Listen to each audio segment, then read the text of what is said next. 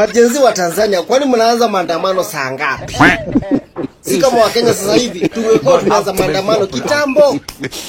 Bado mko pale relax, mmetulia. Mnangoja nini? Mnangoja tu yetu wasaidie vipi? Nataka tuwakumbushe kwamba leo ni siku ya maandamano.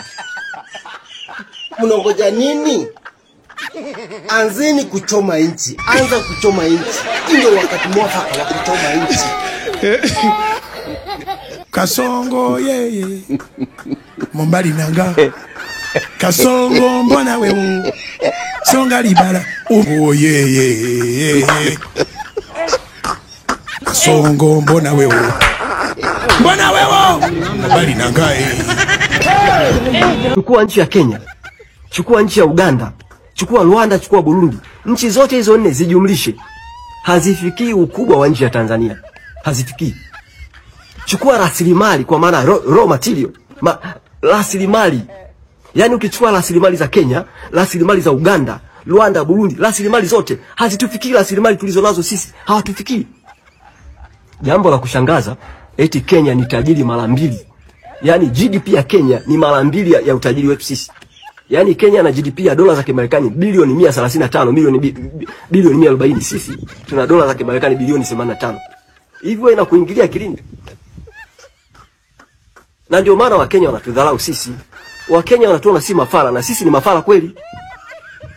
Ndio maana mimi nakwambia kesho lazima tuingie barabarani.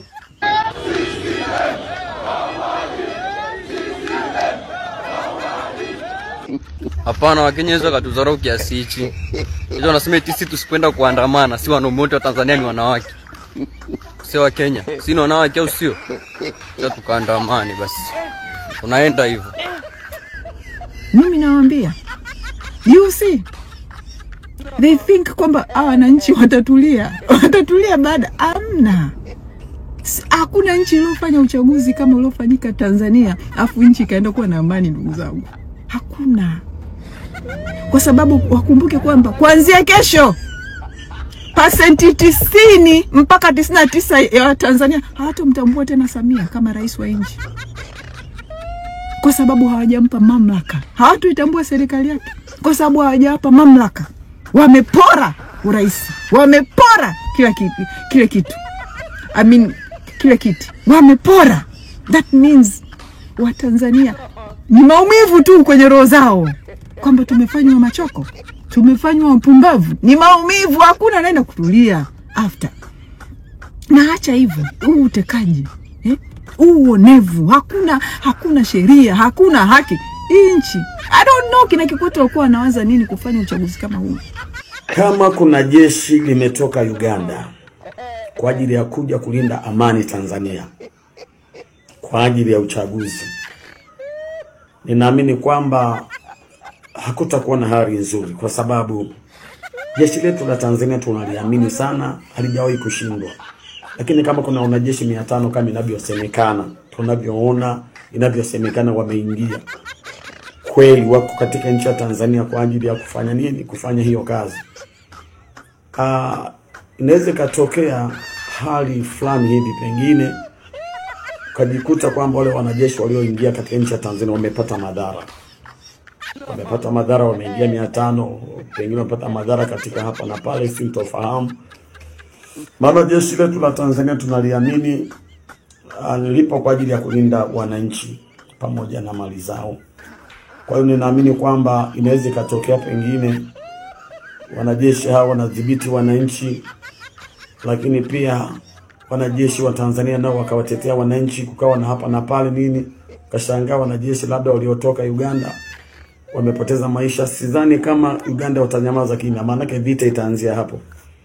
Tuangalie sana wapendwa katika nchi yetu, hawa wanajeshi wameingia ndani ya nchi, maana yake kwamba hii ni kutengeneza mazingira vita baadaye, kwa sababu kama kifuata mwanajeshi mmoja wa Uganda kwa ajili ya hili ambalo linakuja, au wawili, watatu, wanne, hatutakuwa na hali nzuri. Mambo yanachemka kwa majirani. Now, a Tanzanian resident just sent in a report that the Tanzanian government has now blocked all social media platforms except WhatsApp ahead of tomorrow's polls. Now, remember, there are protests that have been organized parallel to those polls. So tomorrow might be quite a chaotic day in Tanzania, although the government has maintained that there will be no protests.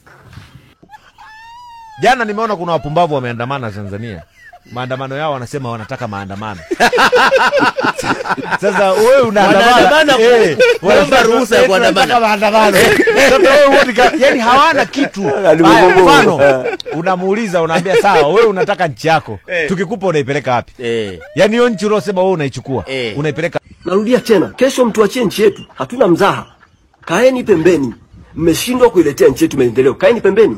Hatutaki ugomvi na nyinyi kabisa. Let me say this before Tanzania wafungiwe internet ama waazimiwe TikTok or X vile wanafanya. Tanzanians are planning to go for maandamano. Wanataka kwenda maandamano.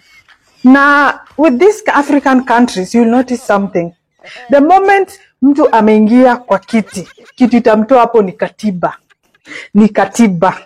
Umeona huyu bado anaendelea. Paul Biya ako 92, 8 terms, bado anaendelea. Katiba yao haina term limit. Sisi inakuanga 10 nyumbani.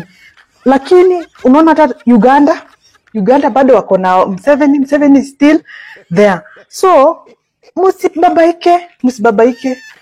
Maandamano ni yenu. Sisi hatuko involved. Ng'ang'aneni nayo.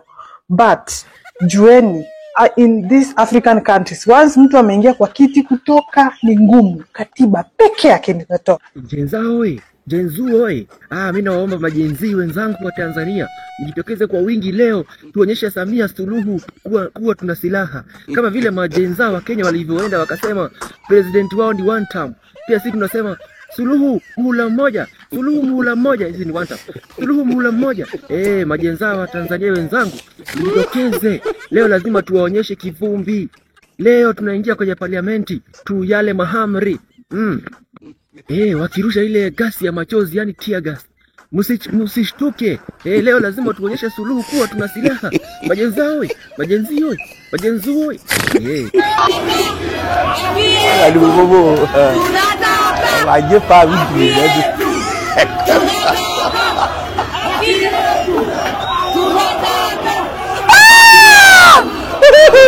Ini jalan sekali dah. Yes.